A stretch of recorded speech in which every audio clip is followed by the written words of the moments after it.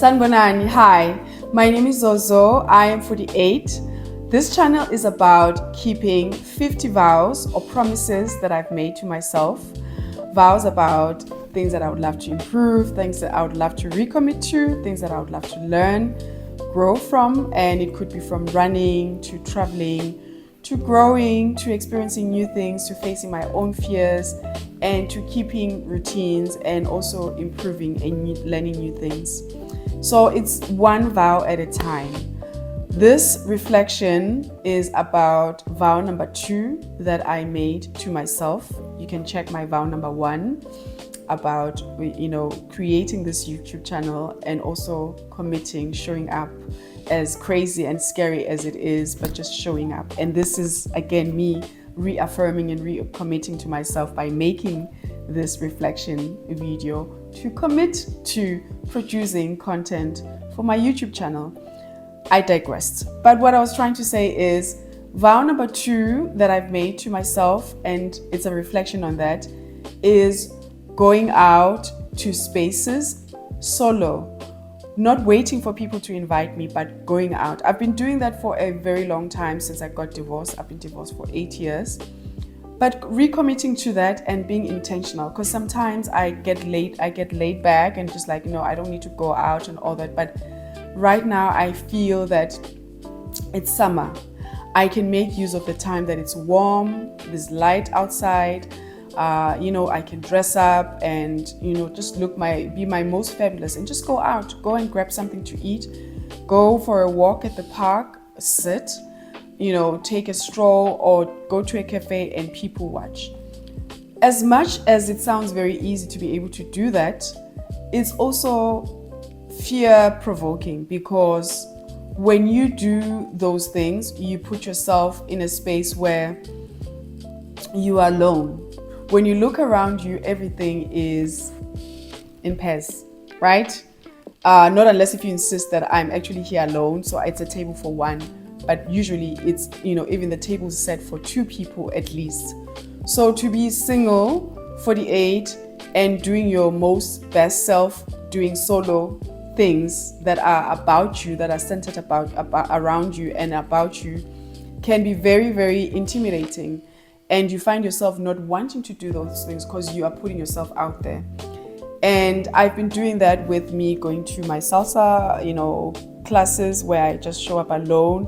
Luckily, there's a kind of system of dancing salsa where you circulate with different people. You don't need to know them, but every movement you move to another partner. So in that way, you get away with it. Everyone is new and some people come along. But when you go out to eat, I went for a fashion event and I was alone. But the funny thing is that when you are alone, then you also pay attention to people who are also alone and you're seeking. Because when you are with a friend or a partner, you're not as adventurous, you're not as curious because you have someone you're talking to. Everything is fine. You're not spending so much energy in trying to decipher the room and who's there. But I was at this event, the fashion event, and I think I shared on my video where I went out to this fashion viewing where they show, the latest fashion trends, and it's combined with dinner. So you buy this, you pay for this ticket, and it provides you with a dinner. You pick one of the 3 restaurants that are part of the collaboration. And then they also, part of the dinner is that there's also a fashion view with some stylists who style these different looks with what's the latest trend. And as I sat next to this other woman, black woman, I noticed that she was also alone. And she was also enjoying herself. And I was just like, you know what, why am I stressing? Because even though I've done this a lot, but each time I go out alone, it's like getting the new courage to go out there and put myself in those situations where in the first 10, 20 minutes, it's uncomfortable because you notice that people are sitting with their friends, girlfriends, partners, and all that. But after 10 minutes, I sort of forget and I'm just like, I'm actually feeling very proud and owning it. But it was so affirming or reaffirming to see this black woman sitting next to me, minding her own business, creating her own content, eating at dinner, enjoying the show. And at the same time, she looked fabulous. And that inspires me. I'm like, she is her, I am her, she's me. You know what I mean? Like I see her in me, and I'm sure hopefully she sees herself in me, because I was also, looking my best, looking fabulous, cool, and just enjoying my dinner and enjoying the fashion. So solo dating can be daunting, can be intimidating, but it can be done. It can be done. But I just wanted to come and reflect on the fear, the self-doubt that kicks in, the wanting to pull out of whatever that you had planned to do, whether it's solo traveling, because all your fears, and you listen to people and say, oh, but you're going alone, or just that comment on its own can switch whatever plan that you had. And what I've learned when I solo travel, I don't share to a lot of people until I have everything taken care of. My ticket is set, I've booked my accommodation, I've decided what I'm going to see and all that, so that by the time I tell those friends that are always looking out for me, saying, oh, but it's not safe and all that, I'm able to say, I know, I've taken precautions, I've booked myself in a safe place, I've got it, don't worry. Because if you share without having all that in place, it's enough for people, whatever people's comments, well-meaning by the way, will be enough to dissuade you in whatever plans that you had made for yourself. And then you get stuck. I think sometimes the people that we love or people that we call friends, they can keep us stuck without us being aware of it. And it's sometimes also seen as it's love. And I don't also think they do it consciously, or we do it consciously, but it happens. So what I've learned about solo traveling, solo dating, solo, running around, going to places, is that I just find the event that I want to go to, pay for the ticket, plan, and then execute, and then come and share afterwards. And I've been able to attend a lot of events, go to a lot of places, go to cafes, go to places, travel to places. I was in Lisbon alone, I was in Rome alone, I was even when I was traveling with some friends in Mexico, someday I just decided, I am going to that neighborhood by myself. I just need to be alone, sit and just be with myself, do my own thing. So the beauty of being 48 and with bigger, older kids is that you have the privilege and the time to do that, and you feel less guilty, which is something that we also struggle with as mothers, people who have kids, or taking care of people, mothering, that you're always stuck and constantly filled with guilt, when you do things for yourself. So I feel like these vows to myself are also about working with the guilt that we always constantly feel when we commit to ourselves, when we pour into ourselves, when we choose ourselves, when we invest in ourselves, investing in ourselves, choosing ourselves, pouring in ourselves, committing to ourselves. These four words can spark a sense of guilt, like I'm being selfish, but I don't think I am being selfish, or the women that are, just taking care of themselves are being selfish. It's about self-preservation. That is the word. So that was my reflection on going out on solo dates and putting myself out there, attending these social events, that now that I'm no longer part of the Essex Fun Runner Ambassadorship, which sort of restricted me in attending different social runs because I was sponsored by Essex, so I couldn't attend events that were sponsored by other brands like Nike and Adidas and Saucony, Reebok. So now I'm a free bird, and that's what I said to a friend the other time, is like, not being part of the Essex ambassador after 5 years was a loss of identity. And now I feel like I was married to Essex, committed to Essex, exclusive to Essex, and now I am on the dating market again. I am free to date Nike. It's not going to be Nike today. Saucony, run with Saucony. Adidas, join a social run. I'm free to choose as to pick as I go and decide, oh, not for me today, I'm not going for that run, for the social run. There's a sense of freedom, but there's also been a sense of a loss of identity. And with that combined, I feel like solo dating, solo event attending, solo traveling, solo doing, solo living, being single, it can wake a lot of fears and insecurities and cause intimidation and self-doubt. But once you commit one thing at a time, one activity at a time, you grow the confidence, you grow the strength, and you are able to just flourish in living, in committing to yourself and doing the things that makes you the happiest. And I'm not saying I don't have a community. I do have a community, but I also have learned to appreciate my solo time as a 48-year-old woman. So that was reflection number 2 on vow number 2 on solo event attending, solo running, and just solo living. Let me know what you think about what I've shared with you, this reflection. How has it been for you doing things solo? Are you single? Are you at a place where you are learning to be in your own company, do things alone without having to rely on friends or the husband or, a company, but you're just, enjoying and really venturing out in doing things yourself and not having to wait for people to be ready, but because you are ready and you have the money and you've planned, you just execute. How does that feel? Are you there yet? Are you in the beginning? What is it that you think would be the first thing that you should do to get out of that, space of fear of being able to do it and not being afraid, not being held back by the fear of being exposed and lonely and she's alone, the type of thing, she's strange, but just like she's alone, she's fabulous. She's alone. She knows who she is, right?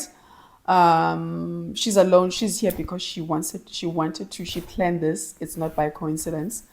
Just getting the confidence of solo doing.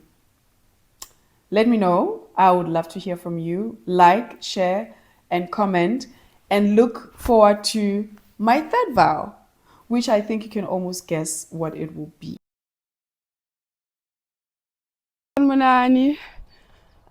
This is Zoe. I am 48, and on this channel you'll find 50 promises that I've made to myself that I share with you as I execute them, and also share documenting them while I execute them, but also reflecting on the lessons that I'm learning while executing these promises or vows that I've written. And I share 10 vows per time until I've completed the first 10 vows, where it's all about progress and one vow at a time, and maybe sometimes returning to the same vow, like running. I feel like I keep returning to running every weekend. And again, knitting, I want to do it consistently and hopefully grow and make something amazing.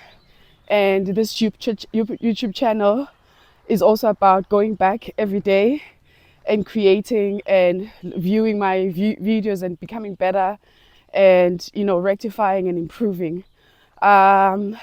So today's video is about reflecting. I'm actually out for a run right now. I'm walking, and I thought maybe I should reflect while I was running. The weather is beautiful in Copenhagen. It's sunny, and it's the first time I'm wearing like one layer, short sleeves and shorts. But what I wanted to reflect on about the vows that I've started on so far, that's 1, my YouTube channel, and 2, solo running and joining social runs in order to get out of the house, meet new people, have new experiences. And vow number 3 is my knitting that I've started on. I'm actually creating a scarf. Is that patience is virtue. It all requires patience with yourself and with the way that you learn, the pace that you learn at, the pace that you're doing things. Because you can't achieve everything immediately. There's no immediate reward, just like this YouTube channel. I do not see the rewards, but I feel the rewards, right? And another thing is, you do it while you're still afraid. You do it fearful, you know, and each time I do it, I'm scared. I am second guessing myself, what I need to do, what could be better. But you do it while you're scared. And I think that's another lesson that I've learned. And number 3 is consistency. Just showing up every day in whatever shape or form. And this could look like creating a YouTube video where I'm not really satisfied with the results, you know, because I'm second guessing, but still putting it out there anyways. So the 3 things that I've learned that I'm reflecting on as I go on this journey of, you know, committing to these vows that I created is patience is virtue, consistency, whether you show up in small or big ways, but the fact that you do it frequently, you know, once a week or every week, once a week, you know, and you do it while you're fearful. You do it while you're doubting, you do it while you're unsure, and you put it out there. And the more you do that, the better you become and the more confident you become, and the more lessons you learn as to what is it that you need to do better. And also try to have fun. So this is how I am enjoying creating these videos for you, by doing the things that I love, and hopefully that will also, that joy and you know, enthusiasm of the things that I do will be infectious to you. You know, they will motivate you. My joy will motivate you to do the things that you love. It doesn't have to be running if you're not a runner, you know, you don't love running, but it could be something else. So this is the way that I think it's best. But these are my reflections, and I'm going to reflect also on knitting and just how this channel is going so far. So now I'm just going to go for a run, and I would love to share that with you as well. I am planning to run a 10K, and let's see how it goes. That's me, moi, going for a run. This crazy 48-year-old woman who loves getting out and moving her body. Yesterday I went for a social run as well. In the morning, it was for women. It was really nice with breakfast. And this t-shirt that I'm wearing, I got it from there. I love such events, you know, fashion events and social runs, or sometimes yoga events. So yeah, now I'm going up the stairs. Hi guys, this is the outfit for today. When out running, I'm actually at Reffen, which is a street food area.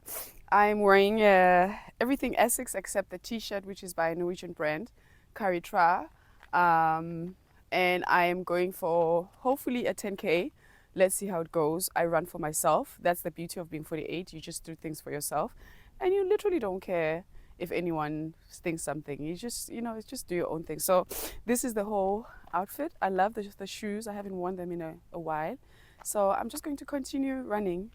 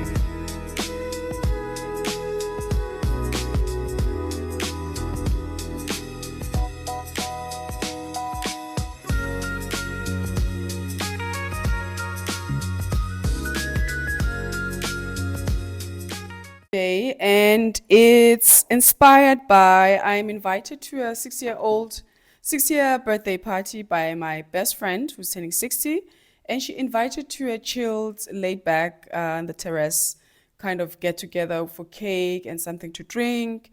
And so I don't see why I should be dressed up. And by the way, it's 18 degrees in Copenhagen. And right now I'm actually contemplating if I should wear the whole, this outfit or should wear something lighter. But what I know is that when I bike, when I cycle back home in the evening, I will be feeling a chill. So I think I would just keep the long pants and the long shirt. Besides, it's cotton, so it's breathable and it's comfortable material, especially when it's warm. So just to go through the outfit of the day with you, I'm wearing the Charlotte Olympia kitten heels, very comfortable. And I'm sure you've seen them in some of my outfits. I love repeating my clothes. If you have good stuff, things that you love, whether they're expensive or cheap, hello, please wear them, re-wear them and again. They're yours. And just find ways on how to style them in different ways. So you get more mileage on the money that you've spent and your clothing. So you don't need to buy a new pair of shoes for a new outfit. So Charlotte Olympia kitten heels, very comfy. And then the utility trousers by Carhartt that I love. I love the boyish feel to it. And I'm wearing a polo shirt that I bought from my brother's wardrobe. I love the pink color that adds a contrast to the, masculine type of silhouette with the trousers. And I am carrying a clutch bag that I bought from Etsy. It's pure python, snake skin. Absolutely love. It's vintage. And I realized that it matches with my nail polish. And I'm also wearing a Balenciaga old leather bracelet that it's like almost falling apart, but I love it. When things have, they look worn. And I am wearing this bucket hat, Kango. And if you're from South Africa and someone says you look like a Pansula, that's such a big compliment. Because if you know, Pansulas are known for their moves. They are great dancers, but they're also known for their style and their finesse. And they also wear bucket hats in a way that is just distinct. When someone's from South Africa, inspired by that. So I love bucket hats. I love, adding accessories to my looks. And I always say, as a woman who's late 40s, your accessories will always show up for you. Your clothes, you might gain weight and all of a sudden you can't fit those tight leather trousers that you could fit 2 years ago. True story, personal story. But then all of a sudden you have this beautiful clutch that can elevate an outfit, or your bucket hat or your shoes. So your belts and everything. Those are the things, your jewelry, for example, right? Those are the things that elevate the whole look. So don't underestimate the power of accessorizing, and in a way that feels personal for you and makes sense and that you can identify with. So yeah, this is the whole look, and now I'm just going to jump on my bike and bike to my friend. I'm bringing her gift. I'm excited to celebrate her, and I hope that you're having a beautiful Saturday wherever you are in the world. This is the whole outfit. I'll just walk back, and until the next one, take care.